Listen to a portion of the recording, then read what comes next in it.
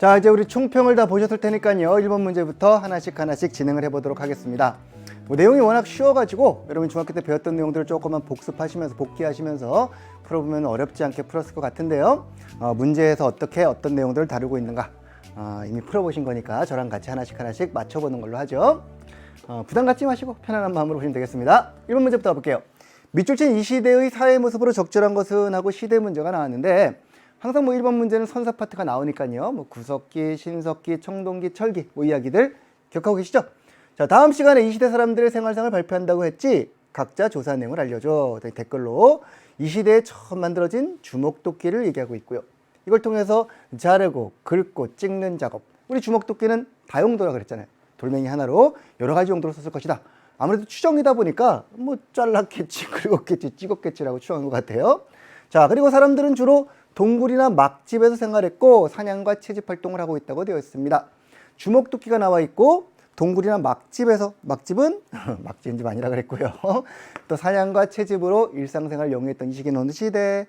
구석기 시대의 문제 되겠네요. 그죠? 어렵지 않은 문제죠? 이거 못 풀었으면 조금 반성해야 됩니다. 구석기 시대. 고인돌을 만들었던 거는 청동기 시대부터 나온다고 했습니다. 거대한 돌. 바위라는 게 이제 영속성이 있다 보니까 바위는 변하지 않는 이런 것. 옛날 사람들은 이 바위에 대한 신성함을 항상 얘기했었거든요. 고인돌을 만들었던 거는 거성문화, 큰돌 문화라고 하는 청동기 시대의 대표적인 무덤 양식이었고요. 상감청자 언제 만듭니까? 상감청자는 고려 시기 들어가서 고려 특히 12, 13세기쯤 무신정권기에 가장 유행했다 그랬을 거예요. 철제 농기구는 철기 시대 들어가야 나오겠죠. 일단 농사가 시작됐다는 얘기는 사냥과 채집이 아닌 다음 단계 이후라는 겁니다. 농사는 신석기 시대부터 시작되었고 특히 철제 농기구는 철기 시대에 나올 것이다. 철인데 아이언인데. 자, 무리지어 이동생활을 한다? 그렇죠. 아직 자연환경이 척박했고 한 군데 정착을 하지 않았던 시기에 무리를 지어서 사냥과 채집을 했던 모습이니까 4번이 정답 되겠네요. 상평통보가 화폐로 사용됐던 것은 조선 후기. 숙종 때쯤부터 이 돈이 법정화폐로 사용되기 시작합니다. 그러니까 문제 자체가 구석기 문제를 물어보면서 보통 이제 어려운 문제 같으면 어렵다고 할 것도 없지만 보통 문제 같으면은 신석기, 청동기를 섞어내는 게 일반적인데 여긴 보다시피 조선시대 얘기도 하나 나와 있고 이렇게 앞서 봤던 고려시대 얘기도 나와 있고 이런 걸 통해서 우리가 아주 쉽게 는 문제구나라는 걸 또 한번 생각해 볼 수 있을 것 같습니다. 1번 문제 해결됐죠? 정답은 4번입니다. 자, 2번 문제로 가볼게요. 가에 대한 탐구활동으로 적절한 것은 512년에 우산국을 복속했고요. 지증왕 때 일이었습니다. 세종실록 지리지에는 울릉도와 이 섬이 강원도의 섬으로 날씨가 맑으면 바라볼 수 있다. 육안으로 볼 수 있다라고 했다는 것은 이 섬을 우리 땅으로 인식하고 있었다는 거죠. 우리 땅이 아니면 굳이 뭐하러 적었겠습니까? 그죠? 이 섬, 울진영에 속한 두 섬이라고 이미 되어 있고 울릉도와 이 섬이 모두 우리 섬이라고 되어 있고 그리고 육안으로 보일 정도의 거리에 있다라고 되어 있는 걸로 보아 이 섬을 이미 분명히 우리 역사, 우리 정부에서도 인지하고 있었던 얘기죠. 조정에서도. 자, 대한제국 칙령 41호 이거 뭐였습니까? 대한제국기에 고종께서 이 땅은 우리 땅이다 라고 하면서 우리나라 관보에다가 정확히 명기했다 그랬었거든요. 근데 이런 걸 이제 부정하고 일본이 1905년 러일 전쟁 직후에 일본이 이 땅은 자기네 땅이라고 그러면서 시마네 해현이라는 지방고시로 강탈하려고 했던 그 섬입니다. 뭔지 알고 있죠? 바로 독도입니다. 독도에 대한 탐구활동으로 적절한 것을 골라보도록 할게요. 청해진을 설치한 목적을 알아본다. 청해진은 장보고, 해상왕 장보고가 설치했던 군진이죠. 군사기지인데 당시 서남해적을 소탕하면서 정부의 승인을 받아가지고 조정의 승인을 받아서 만들었던 군사기지로 청해진이 설치된 곳은 어디입니까? 지금의 전라도에 있는 완도라는 섬이에요. 완도. 독도가 아니라 완도. 북한산 순수비의 내용을 알아본다. 순수비가 뭡니까? 진흥왕이 세운 비석. 직접 순행하고 세운 비석으로 북한산 순수비, 창녕 척경비, 그리고 황초령과 마운령비까지 4개의 순수비를 배운 적이 있을 겁니다. 북한산비는 한강 지역을 탈환했던 기념. 어디 세웠을까요? 섬이 아니라 북한산에 세웠습니다. 마운틴. 아일랜드가 아니라 마운틴에 세웠던 북한산 순수비. 한강 유역을 신라가 확보했구나. 보여주는 근거가 된다 그랬고요. 창녕비는 저 경상도 쪽 가야를 정벌하는 과정에서 황초령과 마운령비는 함경도 지역까지 신라가 진출했던 그 특징을 보여준다 그랬습니다. 안용복의 영토 수호활동 숙종 때 2차례에 걸쳐 일본에 건너가서 독도가 우리 땅임을 일본 정부로부터 승인받았던 그 사건입니다. 당시 일본에서도 너희 땅 맞다 하면서 인정해줬던 내용을 갖고 있는 거죠. 3번이 바로 독도에 대한 이야기고요. 4번 수원 화성을 건설한 의도를 알아본다. 수원 화성은 누가? 정조 때 아버지 사도세자의 릉을 옮기면서 이쪽에 성을 쌓았다 그랬습니다. 방어기지까지 만들어진 군사성이면서 동시에 생활 모습까지도 전부 다 확보했던, 화성은 그래서 유네스코 세계문화유산으로 등재가 되어 있는 그런 성이죠. 탐라 총관부가 설치된 지역, 탐라가 어디에 탐라? 제주도 말할 제주도, 그죠? 제주도에다가 누가? 몽골이 우리나라에 만든 직할령 3개가 있었거든요. 쌍성 총관부, 동령부, 탐라 총관부. 제주도에다가 이제 삼별초항쟁을 진압하면서 말을 기르는 목마장을 설치하고 탐라 총관부를 두어 직접 통치하려고 했단다. 제주도 이야기입니다. 역시 제주도 섬 있고, 그 다음에 아까 우리 무슨 섬이었죠? 섬이 하나, 완도가 있었고, 나머지는 섬도 아닌 막 산 이런 얘기가 나오고 있습니다. 이게 얼마나 문제가 참 우리를 무시해도 유분수지, 그죠? 독도 정답은 3번 되겠고요. 자, 다음 문제 갈게요. 3번입니다. 미추진 이 나라에 대한 설명으로 옳은 것은, 사진은 벽돌 무덤 양식의 무령왕릉 내부 모습입니다. 무령왕이야 뭐 백제의 왕이죠. 운조가 세웠던 이 나라가 웅진을 도부로 삼은 다음에 만들었던 양식으로 중국 남조와의 교류를 보여준다. 당시 무령왕릉은 중국 남조라든가 일본과의 관계를 강화시켰던 사람으로 무령왕릉을 통해서 그 내용을 파악할 수 있다. 무령왕릉의 벽돌 무덤 자체가 중국식 무덤 양식이었고요. 그 안에 쓰였던 무령왕을 모셨던 관의 재질이 일본에서만 자라는 금송이라 그랬거든요. 일본과 중국과의 관계를 보여주는 무령왕릉이었습니다.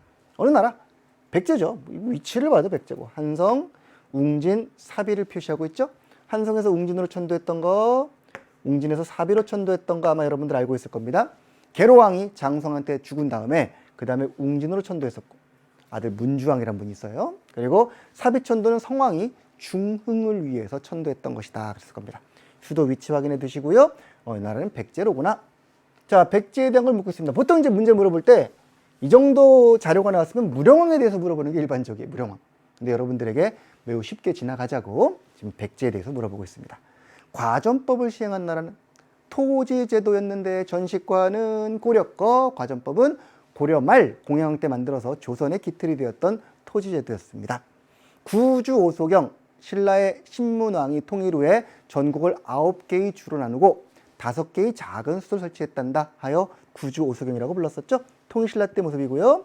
광개토대왕릉비는 광개토대왕이 있었던 나라에서 건립했겠죠. 고구려죠, 고구려. 고구려 장수왕이 아버지가 돌아가신 다음에 그 무덤을 지키는 사람들을 위해서 만들었던 비석이었습니다. 광개토왕의 업적이 상당히 많이 담겨있는 키가 큰 6m 40쯤 되는 어마어마한 비석이라 그랬어요. 자, 화랑도를 국가적인 조직으로 개편했다. 화랑도는 어느 나라의? 신라의 청소년 조직이었죠. 진흥왕 때 개편했었고, 자, 우리 백제는요 고구려에서 내려왔던 온조가 우리 그 기록에 보면은 주몽의 아들로 되어 있거든요. 주몽의 아들인 온조와 비류가 내려와서 온조는 한강 한성 쪽에다가, 비류는 인천 쪽에다가 뭐 이렇게 미추홀 쪽에다가 자리를 잡았다고 나와 있는데, 고구려 유의민이 내려와서 당시 그 지역에 살고 있던 한강 유역의 토착 세력, 아마 기존의 마한 세력일 겁니다. 이들과 결합을 하면서 유의민 세력이 건국을 주도했다는 그런 이야기입니다. 정답은 5번 되겠죠. 고구려 역시 부여에서 내려온 유의민들이 지역 세력과 결합을 했던 것이고, 여기도 마찬가지고, 신라도 고조선계 유의민들이 내려와서 토착 세력과 결합했다고 되어 있기 때문에 북쪽의 고조선이나 고구려에서 내려왔던 우리 민족 계열들이 한반도 안에 있었던 한족 계열들과 결합한 게 우리 역사의 시작이란다. 뭐 이런 내용들이에요. 유의민과 토착 세력의 결합으로 만들어진 백제 이야기. 정답은 5번. 상당히 쉽죠? 이런 문제만 계속 나온다면 뭐 수능까지 문제 없을 것 같죠? 하지만 약간은 조금 어려워질 겁니다. 그리고 우리가 총평에서 말씀드렸지만 범위 자체가 약간 달라졌기 때문에 그것도 감안해서 공부를 하실 필요가 있을 거예요. 지금 이거는 고3 학력평가는 여러분의 중학교 때의 그 어떤 내용들을 가지고 베이스로 해서 낸 거기 때문에 그거 감안하시고 문제 푸는 게 좋겠습니다. 자, 4번 문제입니다. 가 인물에 대한 설명으로 옳은 것은, 거란의 소선영과 벌인 외교 담판 이야기. 소선영과 거란과 외교 담판을 통해서 이 말로써 싸움 한번 하지 아니하고 영토를 획득했던 그분의 이야기죠. 우리 고려가 거란과 외교 관계를 맺지 못했던 것은 여진 때문이요. 따라서 여진을 쫓아내고 우리 땅을 돌려주어 거기다 성을 쌓게 한다면 우리가 거란과 서로 왕래할 수 있겠소. 소선영이 그랬거든요. 왜 너희는 작은 나라가 말이야, 송나라하고는 바다 건너 친하게 지내면서 우리 대륙으로 접해 있는 거란에게는 사신을 보내지 않는 것이냐? 라고 이상 협박조로 얘기했더니 소선영이 그런 거지. 무슨 소리냐? 가고 싶다 우리도. 너희랑도 교류하고 싶은데 여진 때문이다. 그래서 여진 지역을 쫓아낸다면, 이렇게 쓰면 이쪽에 이제 거란들이 있었고, 이쪽에 여진이 있었단 얘기죠. 근데 우리가 너희 나라로 이렇게 가고 싶어도, 가려고 해도 이 국경 지역의 여진족들이 맨날 내려와서 맨날 와가지고 공격을 하니 갈 수가 있나. 그래서 이쪽 지역에다가 만약에 성을 쌓게 해준다면, 우리 옛 땅을 돌려주고 성을 쌓게 해준다면, 원래 우리 고구려를 계승했으니까 우리 땅이었거든, 한다면 우리가 직접 가겠다 라고 해서 이쪽 지역에다가 압록강 동쪽에다가 6개의 성을 쌓았던 것이죠. 압록강 동쪽에 6개, 강동 6주. 압록강 동쪽에 6개, 강동 6주. 정답은 1번 되겠습니다. 서희가 확보했던 땅, 이 지도상에서 지도 그려드린 이유 알겠죠? 같이 위치를 확인하시기 바랍니다. 이쪽 지역이구나. 위화도 왜군을 주도했다는 누가 있을까요? 이성계가 조선을 건국할 때, 그 건국 직전에 당시 고려에서는 이쪽을 요동을 공격하라고 보냈는데 이성계가 위화도에서 회군을 해가지고 결국 최영을 몰아내고 권력을 잡았어요. 청산리 전투에 참여했던 거는 김좌진, 북로, 군정서군. 1920년 독립운동 파트에 나오는 내용이죠. 뭐 서희하고 청산리 전투는 아주 관계가 없습니다. 한산도의 전, 이건 설마 모르지 않겠죠. 이순신 장군이 임진왜란 때 한산도 해전에서 승리를 거뒀고요. 살수에서 수의 군대를 격파했던 것은 을지문덕, 고구려와 수나라의 전쟁입니다. 거란이 아니라 수나라와의 전쟁이에요. 그러니까 지금 고려 이야기는 1번 하나고요. 이것도 물론 고려지만 이제 조선과 연결된 것이고, 독립운동사에 나오는 것이고, 조선 이야기고 고구려 이야기예요.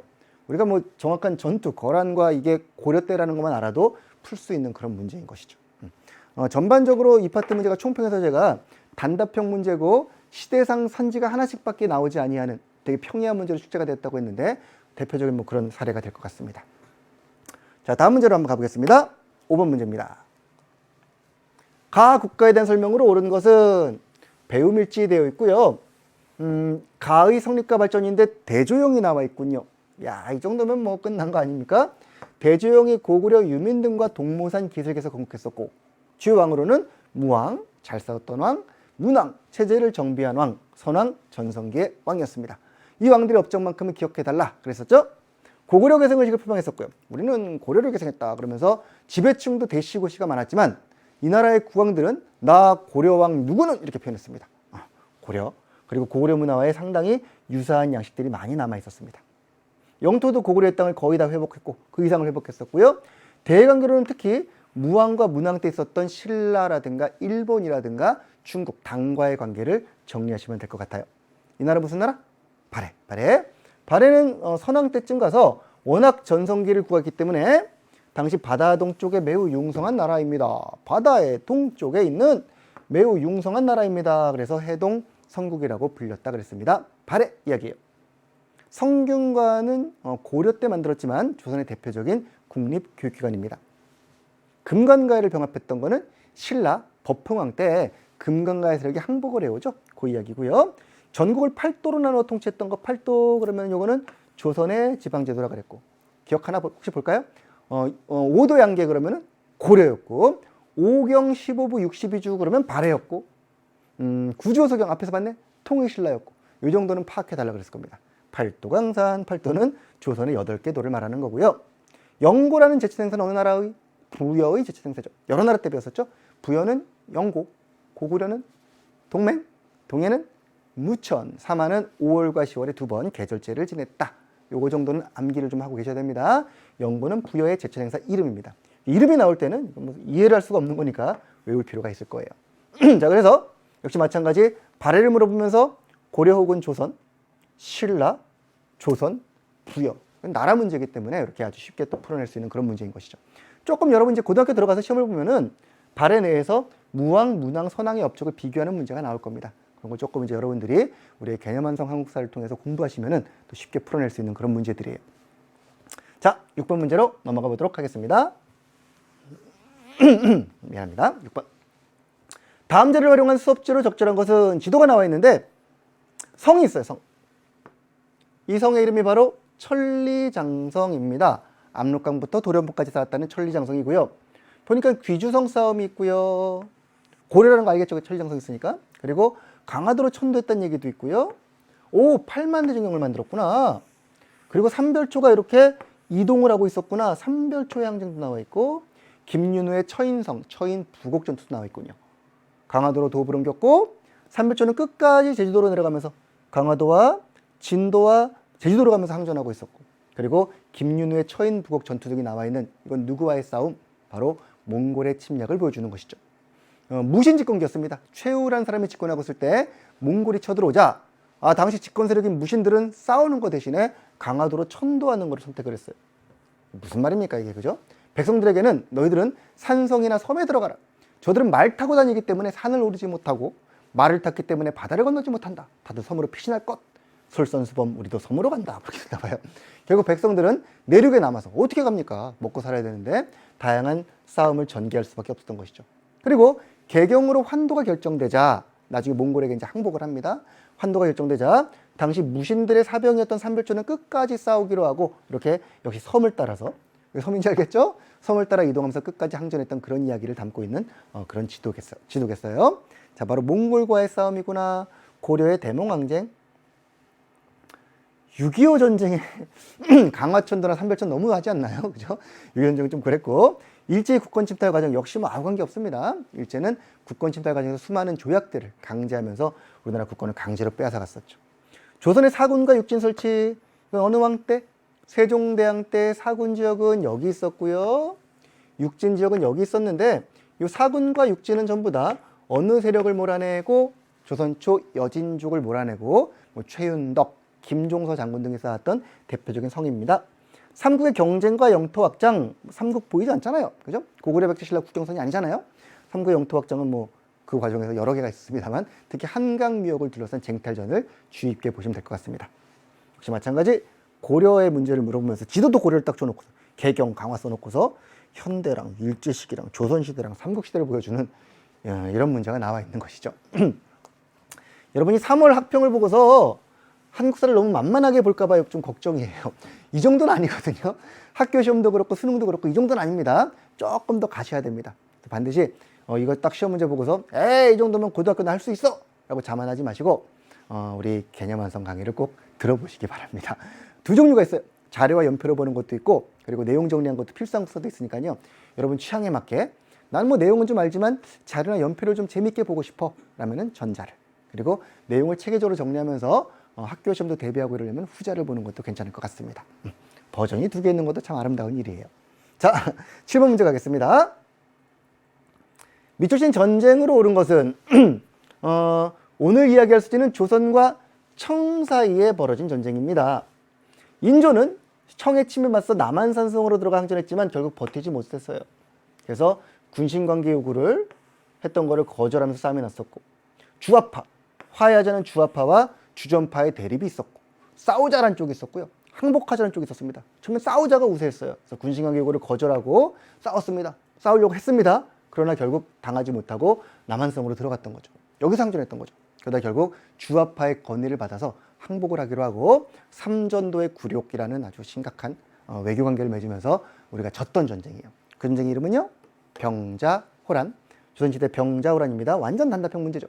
이 전쟁이 무엇인가?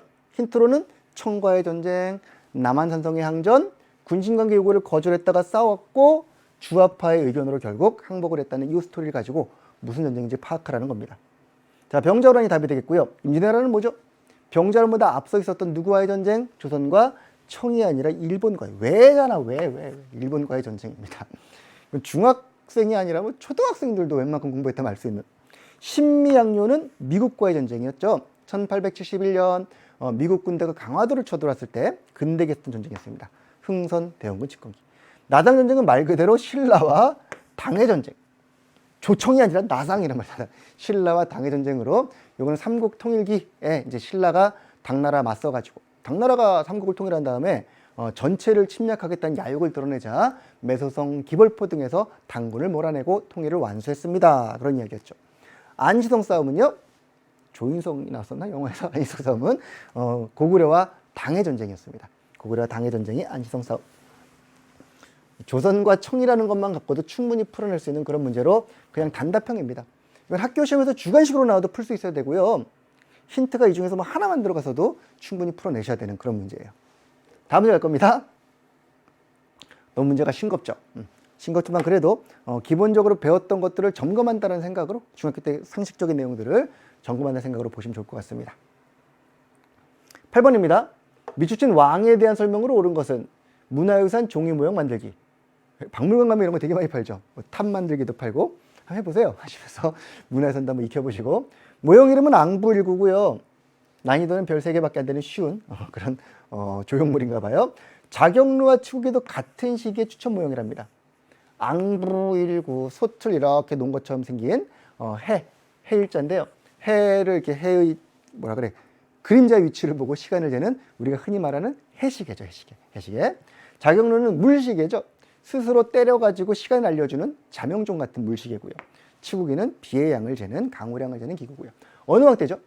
세종대왕 때 만든 대표적인 문화유산이죠. 앙부일구, 치구기, 자경루. 초등학교 책에 나와요. 초등학교 책에 나오는 그런 내용입니다. 세종대왕, 모처럼 이제 세종대왕이라는 왕의 업적을 묻고 있군요. 나라가 아니라.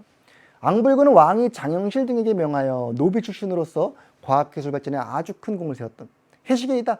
명칭은 하늘을 올려다보는 가마솥 모양이다. 그래가지고 솥부자를 썼습니다. 우러를 앙자에 솥부자. 자, 당시 만들어진 것은 현재 남아있지 않고 복원품들이 일부 남아있습니다. 자, 대가야를 후대 만든 것들이 대가야를 멸망시켰다는 건 언제? 요거는 신라 진흥왕 때 일이었습니다. 세종대왕과 가야가 웬 말입니까? 가야는 저 옛날에 있었던 삼국시대 있던 나라인데.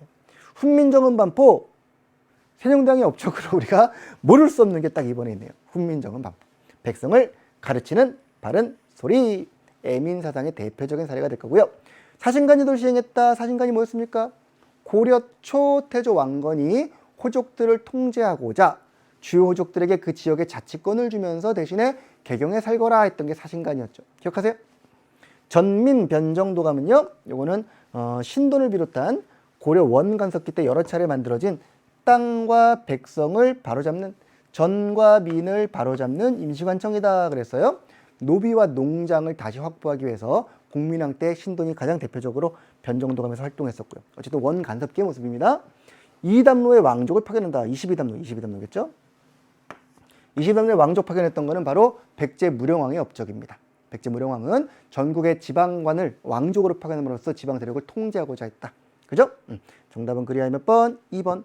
역시 조선의 세종대왕을 물어보면서 가야, 고려 얘기, 그때 백제 얘기를 물어보고 있습니다. 신라, 백제 이런 것들을 역시 뭐 어렵지 않게 왕을 몰라도 풀 수 있지만 실제 이제 여러분이 고등학교 가서 보는 시험에서는 세종을 딱 내놓고서 여기다가는 태종이라든가 영주업적 등을 섞어서 문제를 낼 수가 있는 거죠. 그리고 유념해 보시면 좋을 것 같습니다. 자, 9번 문제로 가보겠습니다. 가야에 들어갈 내용으로 적절한 것은 서원을 정리했고요. 균역법을 실시했고 탕평비를 건립했고 속대전을 편찬했습니다. 뭘 주제로 한 걸까요? 서원 정리는 우리가 한 2번 배웠을 겁니다. 영조 때 있었고 흥선대원군의 정리가 있었고 균역법은 군포 부담을 2필에서 1필로 줄여준 민생안정책으로 이왕의 매우 중요한 업적이었습니다. 자, 탕평비 역시 마찬가지 붕당 세력들의 다툼을 막기 위해서 탕평정책 모두 평평하게라는 탕평정책을 실천한 2명 영조와 정조를 기억하셔야 되겠죠. 속대전은 법전 경국대전의 속판으로 조선 후기에 경국대전을 다시 정비하면서 만든 후속판 법전이다 그랬고요. 전부 다 누구? 영조의 업적들입니다. 정답은 그래야 2번. 마찬가지죠. 이것도 영조 업적을 4개 보여주고 어느 왕에게 묻는 거나 마찬가지 문제예요. 세대정치라고 하는 거는 19세기 때 왕이 나이가 어린 왕을 즉위하게 만들어서 몇몇 가문이 세도 가문들이 권력을 독점하는 정치 형태였습니다. 신진사대부는요. 고려 말에 성장을 해서 조선을 세운 건국의 주역들 새로 진출한 사대부라고 표현했었죠. 자, 묘총의 성형천도 운동은 고려 시기 때 인종 때 있었죠. 이자겸해난 이후 문별귀족들이 막 싸우고 있었단 말이죠. 그때 개경파, 서경파가 대립하고 있었고 개경파의 횡포에 맞서 서경파들이 왕을 이제 살살 이제 말씀을 드려가지고 서경으로 수도옮깁시다라고 했던 게 바로 묘총의 성형천도 운동이죠. 실패했죠. 실패하면서 묘총은 반란을 약간 일으키게 됐던 그런 내용도 기억하고 있을 겁니다. 고려 시기 모습이에요. 어떻게 서경천도랑 균역법 서원이 웬 말입니까? 그죠? 통일신라의 민족융합정책, 서원 이런 것만 봐도 조선인 거 충분히 알겠죠. 통일신라의 민족융합정책으로는 구서당이라는 중앙군에 고구려 백제 말가린을 넣는다거나 구주와 어수경을 딱 배분해 준다거나 뭐 이런 것들이 대표적이었죠. 또는 뭐 고구려 백제 유민들에게 그 지배층들에게 신라의 관등을 준다거나 이런 게 있었습니다만 역시 뭐 서원이나 균역법과 통일신라는 전혀 뭐 생뚱맞아요. 가야 들어갈 내용은 조선의 영조로구나 잡아두시고 역시 고려 신라 이야기는 제껴줄 수 있어야 되겠죠. 아무리 봐도 너무 쉬워요. 그래요, 쉬워요. 이렇게 쉬운 마음으로 즐겁게 공부하시면 되는 겁니다. 10번 문제. 가 인물에 대한 설명을 옳은 것은 인물사가 나왔네요. 이게 조금 이제 인물사가 약간 여러분이 어려울 수 있는 문제인데 북학의라는 책을 갖고 감상록을 썼습니다. 북학파예요. 재물을 우물에 비유했대요. 무슨 얘기였죠? 재물은 우물과 같아서 우물은 물을 아무리 퍼내도 계속 고이거든. 재물도 마찬가지죠. 소비를 아무리 한다고 고갈되지 않아요. 물론 고갈됩니다. 아껴 써야 됩니다. 이때 이분이 그랬던 얘기입니다. 따라서 쓰면 쓸수록 차는 게 재물이니 소비를 아끼지 말고 열심히 해라. 그래야 소비를 해줘야 생산도 있지 않냐. 네가 물건을 써줘야. 빚을 하나 사면은 평생 쓰지 말고 좀 부러뜨리고 망가뜨려. 그래야 빚을 만드는 여공들도 또 빚을 만들어가지고 또 이렇게 그다음 여공이라고 표현했는데 그 사람들 만들어가지고 빚을 제공할 수 있지 않냐. 이런 식의 이야기였습니다. 그래서 소비를 통해서 생산을 늘릴 수 있다는. 즉 유통과 소비를 강조했던 상업 중심의 개혁론을 주장했던 사람들이에요. 이들을 우리가 북학파라고 불렀는데 북학파란 이름은 뭐였습니까? 이 북은 청나라입니다. 청나라로부터 선진 문물을 받아들일 건 받아들이자. 오랑캐라고 너무 배척하지 말고 그들의 물건도 받아들이고 그리고 우리도 뭔가 소비를 진흥하는 맨날 농업하지 말고 상공업에도 관심을 기울이자 했던 게 북학파들의 주장이었습니다. 이분은 누구죠? 박제가라는 분이에요. 박제가. 자, 정해쌍수를 제창했다. 어디서 들어봤지? 불교에서 나왔었는데 변호점수, 정해쌍수 이런 것들 정과해를 함께하자. 바로 보조국사 진울, 무신직관계 진울이라는 승려가 정해쌍수를 제창했었고요.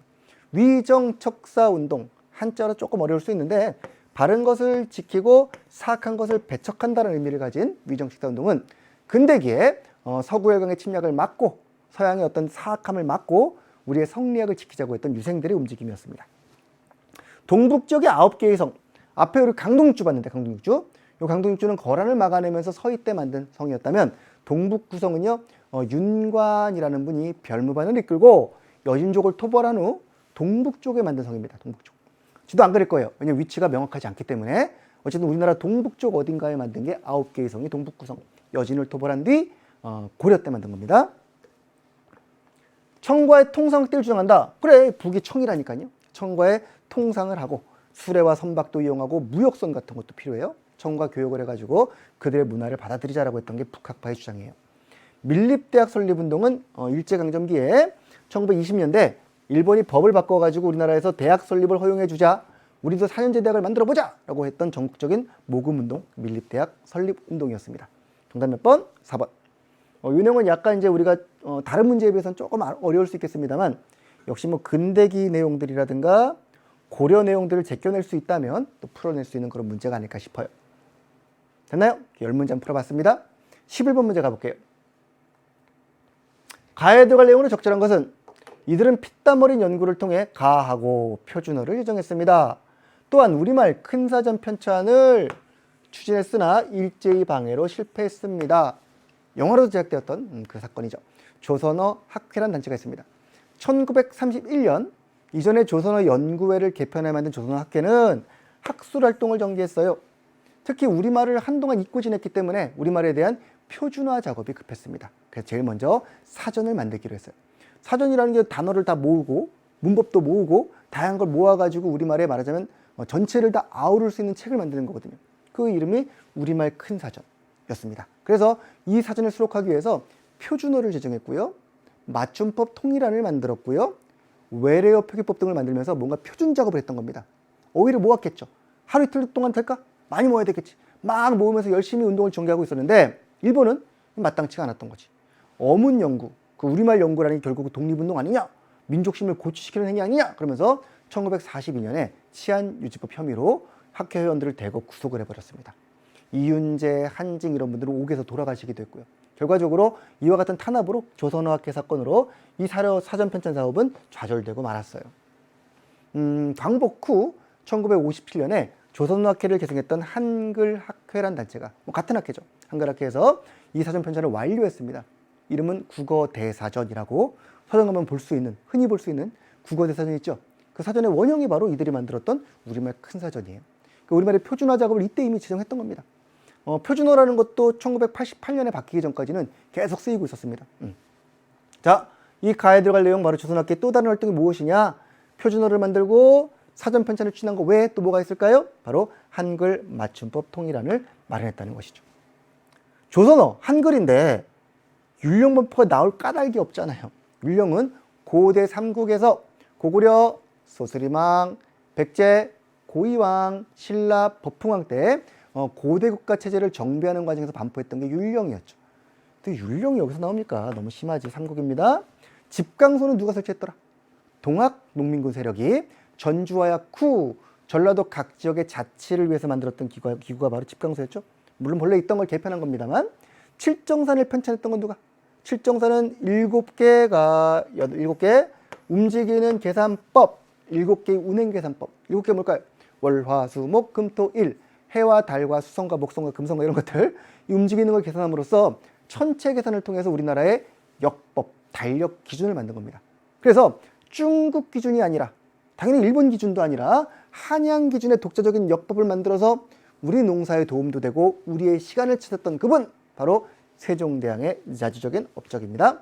우리나라의 독자적인 역법, 달력법. 대동일도 누가 만들었죠? 김정호. 지도. 조선학교에서 지도를 조선은 우리말인데 우리말을 찾으면 되지 않을까요? 정답은 5번이 되는 거죠. 물론 조선학교는 매우 중요한 단체이기 때문에 여러분들이 독립운동 과정에서 좀 깊게 다뤄볼 겁니다. 방금 했던 내용들 정도 다뤄볼 거예요. 그 단체와 관련된 활동으로 5번 찾으면 되겠네요. 또 나머지 선지가 너무 우리를 맥빠지게 하지 않았나 싶은데 일단 여러분 이 문제에서 조선어 학회를 공부하는 걸로 됐나요? 자, 다음 문제 가보겠습니다. 12번입니다. 이번엔 가에 들어갈 단체를 묻고 있습니다. 여러분은 서재필 등을 중심으로 창립된 가에 대해서 어떻게 생각하나요? 활동도 아주 많이 나왔습니다. 독립문을 건립했고요. 만민공동회를 개최했고요. 이권수운동을 전개했고요. 의회 설립운동도 전개했습니다. 사실 이게 문제로 나오는 게 조금 더 여러분 학교 시험에 대비하기 좋을 것 같아요. 이 자체가 1번의 답지를 선택한 이유를 적어보고 그리고 이게 어떤 의미가 있는가를 파악해보는 게 서술형 문제로 나올 수 있겠죠. 그죠? 자, 근대적인 민중집회를 열어서 각계각층의 의견을 수렴했고 자주국권, 자유민권 운동을 추진했기 때문에 아주 중요합니다 라고 답을 하고 있었나 봐요. 이 단체는 무슨 단체? 독립협회죠. 독립협회는 서재필 등이 만들었고 특히 독립문을 건립하면서 만든 단체라 그랬고 만민공동회는 백성들, 만백성, 그러니까 백성이라기보다는 뭐 그 당시에는 시민이라고 해야 될까요? 시민들이 모여가지고 공동으로만 열었던 집회였습니다. 정부 의견에 반대하기도 했었고요. 나아가서 의회 같은 민주주의를 얘기하기도 했었고 일종의 민주주의죠. 이런 것들이 이 당시 모습이었습니다. 이권선동 특히 중요했었죠. 특히 그 당시에는 아간 파천 이후에 열강들의 이권 침탈이 본격화되고 있었기 때문에 특히 러시아에 대해서 러시아의 저령도조차 요구 저지 그리고 한라은행 폐쇄 이런 것들이 주요 활동되었습니다. 그리고 이제 나아가서 나중에 관민공동회를 개최하면서 중추원을 의회로 바꾸어 근대적인 의회를 만들어보자라고 했던 게 독립협회 활동이었지. 이 활동들 다 중요한 내용입니다. 일단 여기서는 단답형, 답은 독립협회. 너무 단답형이죠. 그냥 박스, 단체는 무엇일까요? 하고 물어봐도 되는 문제입니다. 신간에는 1927년에 만들어진 좌우합작단체입니다. 민족유일당으로서 당시 국내 독립운동을 총괄했던 매우 중요한 단체였고요. 한인애국단은 임시정부의 위기를 타개하고자 김구가 임정산하에 조직했던 단체로 여기서 중요한 분들 활동합니다. 누구죠? 이봉창 그리고 윤봉길 도시락폭탄, 물병폭탄 윤봉길 의거가 바로 이 단체 소속으로서 일으켰던 의거였습니다. 홍커공원에서 조선형평사는 저울처럼 평등한 세상을 만들어보자 라고 했던 백정들이 만든 단체입니다. 일제강점기에 신분해방을 주도했던 백정들의 단체가 형평사였고 좌합작위원회는 광복 후에 나올 겁니다. 광복 후 모스크바 3상회의 이후 좀 어렵나? 좌익과 우익 세력들이 막 대립하면서 싸우기 시작하자 안 됩니다 그러면서 우리의 정부를 수립합시다 하고 만들었던 좌익과 우익을 합작한 위원회 10명의 위원회가 만들어진 거죠. 위원장은 여운형이라는 분이 맡았고요. 하나하나 배워갈 내용입니다만 이렇게 뚱쳐서 단체를 묻는다면 어느 단체도 쉽게 답으로 정할 수 있는 그런 내용들일 거예요. 다만 이제 역시 말했지만 실제 시험에서 이렇게 나올지는 모르죠. 독립협회는 이 단체에 이런 활동을 했던 단체는 독립협회. 정답 2번입니다. 각 단체들도 놓치지 마시고 여러분이 수업이라든가 교재를 통해서 어떤 단체였지 하고 한번 찾아보세요. 보통 이제 시험 문제 풀면 여러분들은 답 2번이네 지나가요. 그러지 마시고 지나가지 마시고 신간회가 나왔어? 그럼 이건 뭘까?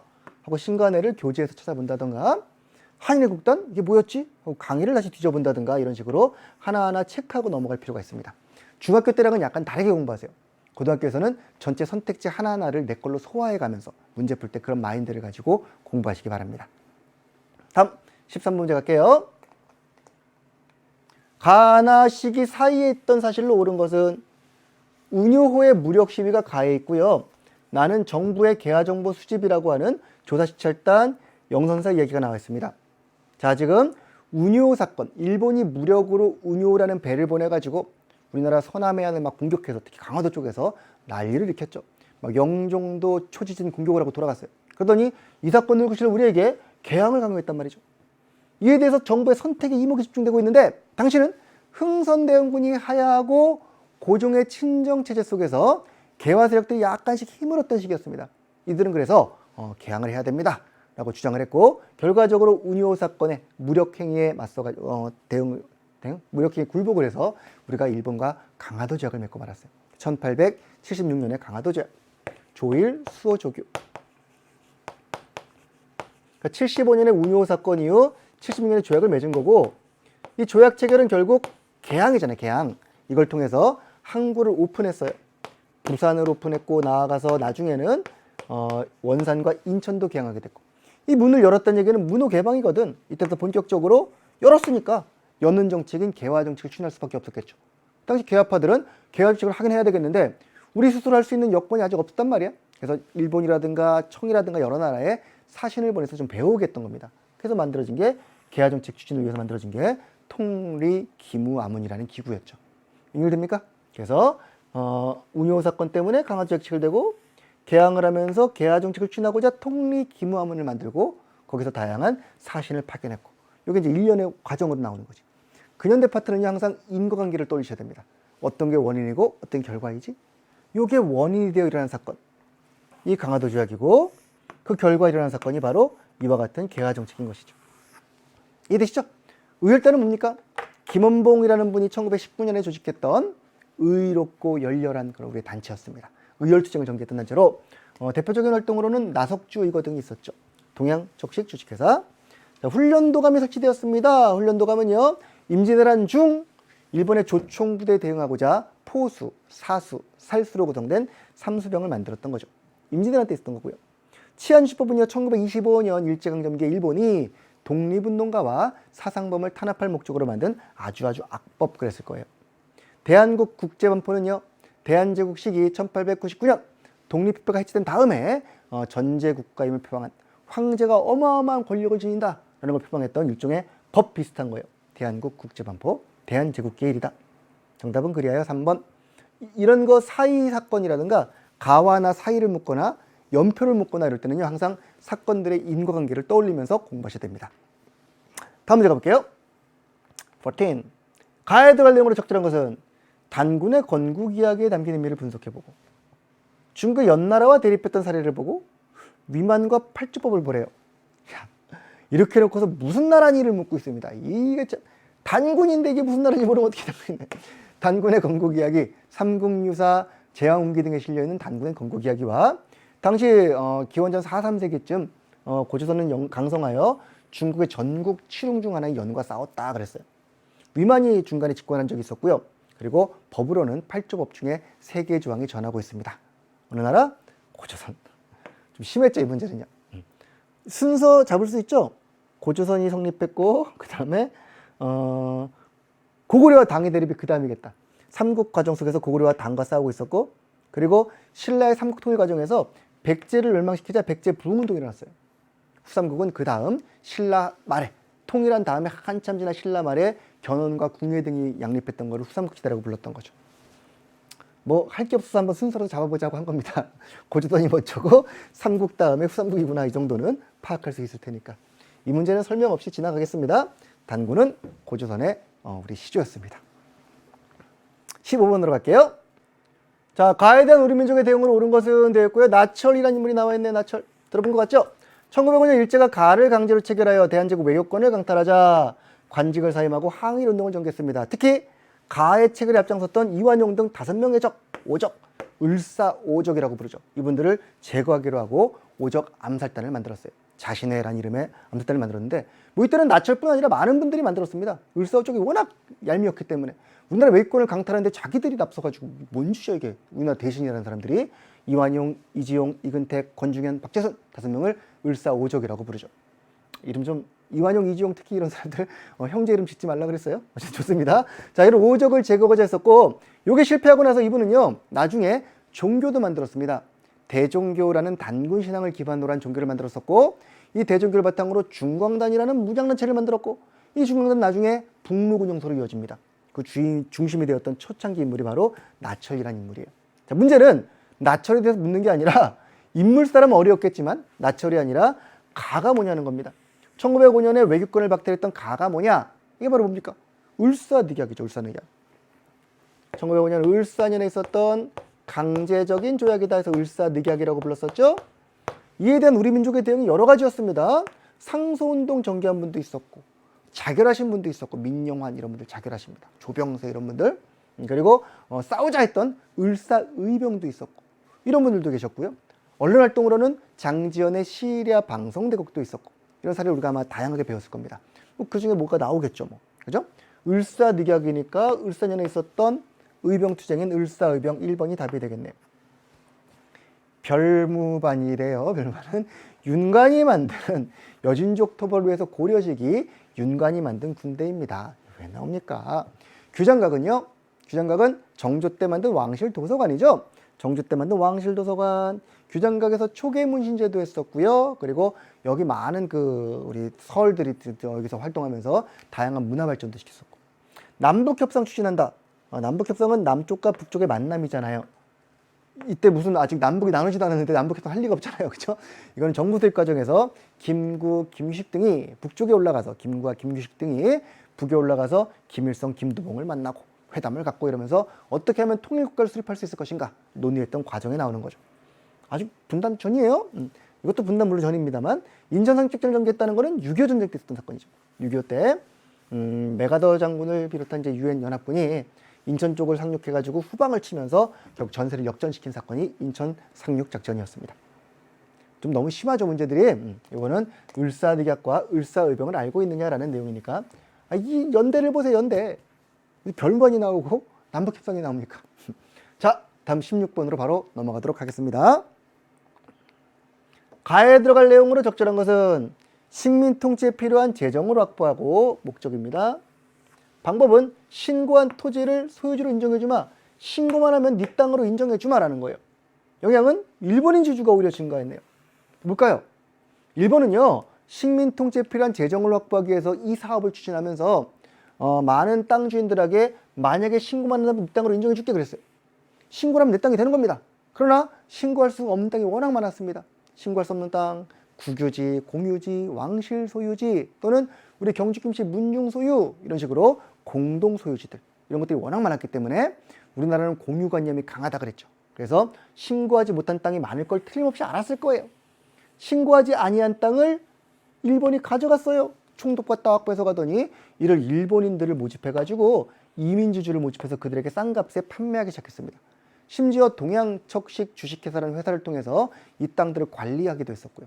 그러다 보니 결과적으로 우리나라 지주들은 땅을 빼앗기고 그 땅이 일본인 소유로 넘어갔구나. 이를 통해서 땅도 뺏어갔구나.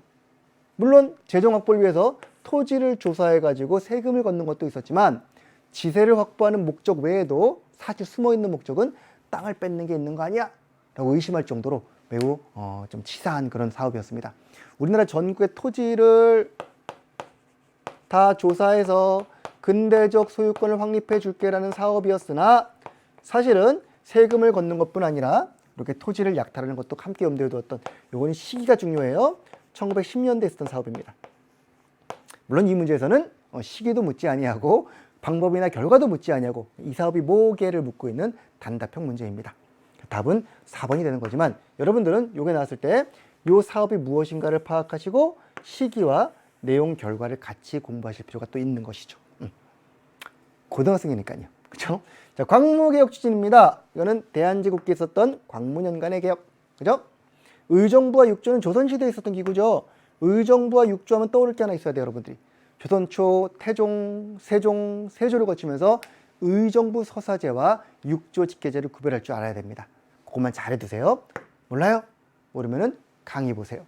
아니면 교과서 읽어보시든지. 아마 교과서를 약간 부족했기 때문에 여러분이 개념 완성 강의를 봐야 되지 않을까 싶은데. 자, 분하로드 운동의 목표, 분하로드 인투 피플, 민중 속으로 가서 농촌 계몽 운동을 전개했었죠. 언제입니까? 1930년대 동아일보가 주최하여 4회까지 진행했었죠. 분하로드 운동을 진행했습니다. 그다음에 일본이 이제 이것도 탄압하면서 점차 사그라들었던 30년대 민중 계몽 운동이에요. 국제보상 운동은요. 1907년 우리나라 대한제국의 빚이 나라의 빚, 국채가 나라 빚이에요.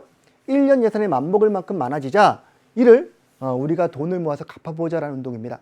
1907년 대구에서 시작된 운동으로 일제는 이를 역시 또 경제적 구운동으로 간주했기 때문에 당시 주도했던 양기탁이라는 인물을 보상금 횡령죄로 구속하고 탄압을 했다 그랬었죠. 일본 통간부에서 1907년에 있었던 나라빚 갚기 운동입니다. 일본이 한 게 아니라 우리가 한 겁니다. 우리가 한 거고요. 우리가 한 거고요. 우리 겁니다. 일본이 했던 건 4번 하나밖에 없네요. 정답은 4번 토지 주사 사업. 됐나요? 자, 시기 문제로서 일단 잡아두시고 다음 문제 가볼 겁니다. 다음 절에 나타난 민족운동에 대한 설명으로 옳은 것은 학생단의 합의사항, 학생들이 했나 봐요. 기독교와 천도교 등 종교 대표였나 봐요. 학생들이 종교 대표와 함께. 전문학교 및 중등학교 학생은 고종의 장례일을 앞둔 3월 1일에 어디에서 탑골공원에서 3월 1일은 일부러 제가 안 쳤습니다. 너무 심해서 탑골공원에서 학생들을 중심으로 시위운동을 전개하자 3월 1일 날 종교계와 학생들이 이미 계획을 하고 탑골공원에서 만세운동을 전개하기로 했답니다. 이 운동은 무슨 운동일까요? 3.1운동이죠. 그렇죠? 3.1운동입니다. 1919년 무단통치기 끄트머리 즈음에 학생과 종교계 인사들이 중심이 되어 물론 나중엔 노동자, 농민, 시민들 다 가세합니다. 가세하지만 처음에 이들이 중심이 돼가지고 만세 시위를 개최했던 겁니다. 당시는 마침 고종의 인산일이었기 때문에 국제적인 배경도 있었죠. 민족 자결주의라든가 이런 것들. 이 운동이 매우 중요한 게 있습니다. 결과입니다. 이 운동의 결과 상당히 많은 결과가 있었습니다만 첫째, 일제의 통치 방식이 이른바 문화통치로 바뀌면서 국내 독립운동이 다양하게 전개될 수 있었다. 그리고 보다시피 학생과 나아가서 노동자, 농민 등이 독립운동의 주인공으로 성장할 수 있었다. 그리고 이 운동이 동시에 빵 터졌다면 얼마나 좋았을까라는 기대감 속에서 민족운동의 구심점이 될 정부를 수립하자라는 논의가 나왔고 그 결과 대한민국 임시정부가 수립되었습니다. 라는 게 베리베리 임포턴트한 결과였습니다. 김옥균 등 계합파가 주도한 사건이 있죠. 갑신정변이라고. 대통령이 하야하는 3.1운동으로 대통령이 해야 합니까? 말도 안 되죠. 이거는 4.19 혁명을 아마 염두에 두고 낸 선지 같아요. 을미사병과 단발령의 반발에 일어났다. 을미의병이죠. 을미사병 때문에 3.1운동이 한국 광복군이 참가해 작전을 수행한다. 광복군은 1940년 임시정부 산하의 군사조직으로 만들어진 게 한국 광복군이었습니다. 3.1운동을 모르면 큰일 나지, 그죠? 정답은 4번일 거예요. 다음 문제 갈까요? 자, 18번입니다. 다음 절에 나타난 시기에 있던 사실로 옳은 것은 시기 문제네요. 자, 언제인지 파악해야 되겠다. 미국 공출이 부진한데 원인과 조치가 있을 것이다. 태평양 전쟁 이후 3년에 걸친 흉작. 언제 이후? 태평양 전쟁 이후. 만주삽국 수입이 지연돼가지고 식량도 부족해 해서 아마도 공출이 부진한 게 아닐까. 불량한 불악에 대해서는 물자 배급도 안 해줄 거고 배급제가 있었나 봐요. 공출을 완료하지 못한 관리는 징계도 할 것이고 전쟁 때문에 우리나라에서 쌀을 공출해가고 있는 모습이에요. 일본이 태평양전쟁 1941년 전쟁이 발발하자 전쟁에 필요한 물자를 막 뺏어갔습니다. 이런 뺏어가는 거를 공출이라고 표현했었죠. 특히 쌀을 가져갔을 때 미국 공출 얘기했었는데 우리의 쌀이 부족해지자 그들은 배급제를 실시했는데 공출 안 해? 배급 안 줘? 이렇게 된 거지. 관료들에게도 징계를 하고 언제? 1940년대, 1941년의 태평양 전쟁이므로 1940년대 일본의 경제 수타를 보여주고 있는 모습이에요. 구서당이 조직되었다. 이 장난해. 구서당은 9개의 중앙군으로 통일신라의 군사조직입니다. 도병마사 이거는 고려에 있었던 본래는 임시기구였으나 나중에 국정 전반을 관장하는 기구가 되었던 병마사를 관장하는 회의 그랬었죠. 고려 겁니다. 제물포조약은요 1882년 이모군란 이후 체결된 조약입니다. 임술농민봉기는 1862년에 세도정치기에 있었던 농민들의 봉기였고요. 그러니까 지금 역시 내용이 아주 생뚱맞죠? 이거는 지금 일제 강점기의 모습이고 신라, 고려 근대기 사건들, 요거는 조선 후기의 세두정치기 사건입니다. 황국신민서사, 이걸 암송하게 해가지고 황천황나라인 일본의 신하와 백성이 되게 만드는 그런 내용을 암기하게 시킨 겁니다. 아주 민족 말살을 위한 대표적인 정책이었죠. 같은 시기에 있었던 거는 5번이 되겠네요. 일제강점기의 무단통치, 이른바 문화통치, 민족말살통치, 그 통치 과정과 그리고 각 시기의 경제정책들, 앞서 지금 우리 토지주사 사업 나왔었죠. 그죠? 이런 것도 마찬가지로 경제정책은 뭐가 있었나로 같이 보시는 겁니다. 다음 19문제로 가볼게요. 다음 자료를 활용한 학습 주제로 가장 적절한 것은 전봉준은 패정개혁안을 받아들이면 해산할 것이라고 했고, 전봉준이요. 정부가 이를 수락했답니다. 그래서 전주에서 화약이 성립되었대요. 누구랑 누구 사이에? 농민군과 정부 사이에. 전봉준 딱 나왔네. 녹두꽃 전봉준, 그죠? 정부와 화약을 맺었네. 그리고 전봉준이 이끈 농민군은 손병희의 군대와 함께 논산에서 합세하여 공주로 진격했네. 아마도 1차 봉기, 2차 봉기 배우셨죠? 요건 지금 1차 봉기 직후 황토현, 황룡천 승리 후 정부와 화해를 맺는 장면이고요. 이 화해를 맺고 나서 농민들은 지방에 내려가서 집강소를 통해 자치를 벌였습니다. 정부에서는 교정청을 설치해서 뭔가 개혁을 주도해 주려고 했었고, 근데 일본군이 돌아가지 않고 있다가 경복궁을 딱 점령하고 청일전쟁을 일으킨 거예요. 그리고 우리 대신들을 협박하고 막 이래가지고 갑오개혁을 추진하고 있었던 겁니다. 이에 분노한 농민군 다시 일어납니다. 아니 일본이 그러면서 화약을 맺고 잘하고 있는데 일본이 뭐야? 그러면서 일본을 몰아내기 위해서 다시 일어났어요. 그러자 지도부였던 손병희의 북쪽도 함께 합세했었고요. 그래서 농민군들이 다 모여서 동학 세력과 모여가지고 전투를 벌이기로 하고 올라간 겁니다. 근데 충청도 공주에 있는 우금치라는 곳에서 일본과 관군의 연합군에게 맞서 싸우다가 결국 패배하고 말았어요. 이로써 이 운동은 막을 내리고 말았던 것이죠. 2차 봉기, 1차 봉기 직후의 모습 알겠습니까? 이 운동 전체가 뭔데요? 바로 동학농민운동이죠. 동학농민운동, 고부밀란이라는 밀란에서 출발했던 사건으로 여기에 동학이라는 어떤 종교 세력들, 조직들과 그다음에 그 당시에 반외세의 기치 같은 게 결합되면서 전국적인 전민족적인 봉기로 퍼졌던, 전라도 지역에 일단 국한했습니다만 이 운동은 그 당시에 상당히 중요한 반향을 불러일으킨 국제적인 사건까지도 이어지는 그런 사건이었습니다. 갑오개혁, 청일전쟁과 함께 같은 해의 사건으로 순서를 잡아두자 그랬을 겁니다. 지방호족에 성장되어 있는데 지방호족은 신라 하대에 성장했던 세력들입니다. 신라 말 지방호족들이 성장했었고요. 이들은 고려 초에 매우 중요한 지배세력이 되었었죠. 신라 말 각 지방에서 반독립 세력으로 정부에 반발하고 지방 분권, 지방의 세력을 키웠던 게 바로 호족들. 그들은 각각 성주, 장군 등으로 자칭하면서 군사권까지 통제하고 있었다. 이 호족 중에 일부가 백성들을 규합하여 나라를 세웠으니 호족 중에 대표적인 사람이 견훤, 궁예, 왕건 등이었어요. 이 왕건도 호족 출신으로서 고려를 세운 겁니다. 하지만 고려 초에는 여전히 호족들이 많았었거든요. 호족들을 흡수하고 통합하는 과정에서 고려가 체제를 정비해 갔던 것이죠. 기억하십니까? 호족? 북벌운동은 뭐였습니까? 북쪽을 벌하자. 북은 청나라입니다. 명을 무너뜨리고 세워진 청나라에게 복수하자 그러면서 북벌운동이 추진되었던 것이죠.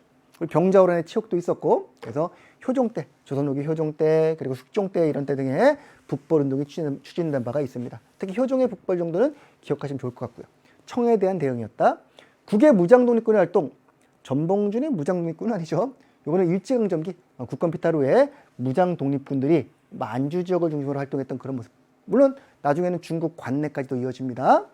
무신집권기 천민의 봉기, 무신집권기 대표적인 천민봉기가 있다면 만적의 난이 있을 거예요.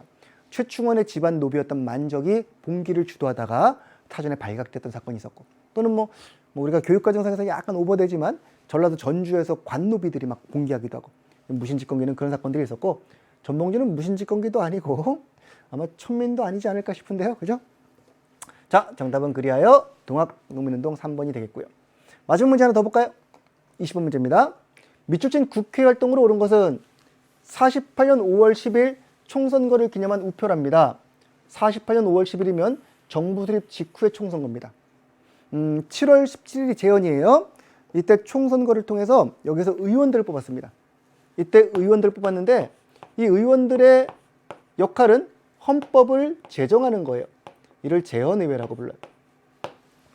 이 국회에 구성된 의원들이 바로 재헌의원들입니다. 이 의원들은 모여가지고 헌법을 만들기로 했습니다. 그래서 이분들이 7월 17일에 대한민국의 처음에 헌법을 제정했습니다. 제헌이죠, 이게. 그리고 이 법에 따라서 7월 20일에는 대통령을 뽑았습니다. 간선제로 대통령의 이승만, 부통령의 이시영, 이렇게 대통령을 선출했고요. 그리고 이 정부 내각들은 살짝 기다렸다가 8월 15일, 기왕이면 광복절에 맞춰가지고 8월 15일에 정부 수립을 선포했습니다. 대한민국 정부 수립 선포. 50 총선거에서 뽑힌 재헌 의원들이 재헌을 하고 이 법에 따라서 정부가 만들어지는 과정까지가 대한민국 정부 수립 과정이었어요. 8자입니다, 8자. 제가 좀 삐뚤겠었죠? 이 과정. 이미 출신 국회는 그러니까 재헌 국회네. 재헌 국회에서 뭐 했을까? 헌법을 만들었겠죠. 헌법을 만들었다는 답은 4번에 있네요. 처음 헌법을 재헌헌법이라고 하고 우리 역사에서 이 헌법은 나중에 총 9번에 걸친 개헌이 이루어질 겁니다. 여러분이 현대사를 공부할 때 중시해서 볼 게 바로 개헌들인데 이 개헌 중에서도 4.19 혁명 이후의 개헌, 52년 발췌 개헌, 54년 4.4 5입 개헌, 4.19 혁명 이후의 3차 개헌, 그리고 유신헌법, 6월 민주항쟁 이후의 9차 개헌 정도는 좀 알아두셔야 됩니다. 조금 어려울 수 있는데요. 그렇게 까다롭게 정치사에서 배우듯이 많이 배우진 않습니다. 정치 과목에서 배우듯이. 여기서는 그냥 우리나라의 개헌 과정이 어떻게 민주주의 발전과 영향을 맺고 있는가라는 것 정도 보시면 될 겁니다. 재헌과 그 뒤의 개헌들을 일단 염두에 두고 공부할 것. 당백전 발행은 뭡니까? 흥선대원군이 경복궁을 중건할 때 돈이 부족하자 당백, 상평동포 하나의 100배 가치가 되는 전을 발행했던 것이죠. 신분제를 폐지했다. 정부 수립 후에 신분제는 갑오개혁 때 폐지가 되었습니다. 1894년 갑오개혁 때 신분제 폐지. 헌의 6조는 독립협회라는 단체에서 정부에 건의했던 6개 조항을 말해요. 6개 조항. 독립협회 1898년 관민공동회에서. 신탁통치결정 반대. 좀 설명하자면 긴데 이거는요. 모스크바 3국 외상회의에서 조선의 임시정부를 수립하고 이 나라를 열강들 4나라가 최대 5년간 신뢰에 의해서 믿고 맡긴다면 도와줄 수 있다. 이런 결정을 내렸습니다. 이건 이제 번역한 게 신탁통치예요. 믿고 맡긴다면 도와주겠다라는 게. 신탁통치는 사실상 열강들의 간섭이었기 때문에 미영 중수의 간섭이었기 때문에 우리나라 내부에서 무슨 소리냐? 간섭하지 말고 가라! 라면서 신탁통치 반대운동이 막 전개됐습니다. 그 이야기예요. 이 신탁통치 반대운동은 1945년 모스크바 3상 이후에 나왔던 얘기고요. 그때 계속해서 신탁에 대한 반대 혹은 삼상 지지로 대립하는 가운데 아까 봤던 좌우합작위원회가 나오는 겁니다. 그 정부 수립 과정에서 배우게 될 내용인데 이것만 살짝 조금 이제 순서상 어려울 수 있고 나머지는 시기적으로 흥선대원군 집권기고 갑오개혁 독립이니까 쉽게 풀었을 겁니다. 이번 요 시험에서 현대사 문제 요거 딱 하나 나왔습니다. 정부 수립 과정. 요 정도는 좀 염두에 두고 공부하시면 좋을 것 같네요. 됐나요? 이렇게 20문제를 따라락 풀어봤습니다. 아주 빠르게 여러분과 함께 풀어봤는데 거듭 강조하지만 여러분들 이 문제를 풀고서 나 다 맞았어! 이거 의미 없어요. 다 틀렸어도 물론 의미 없습니다. 지금 이건 첫 시험이고요. 이 시험에서 여러분들은 이런 것들을 배워가는구나. 게다가 이거는 중학교 과정을 베이스로 했기 때문에 약간 달라요. 염두에 두고 선지 하나하나 자료 하나하나를 분석해서 공부하는데 초점을 두시기 바랍니다. 자, 수고 많으셨고요. 또 앞으로 쭉 공부하시면서 계속 만나기를 기대하겠습니다. 수고하셨습니다.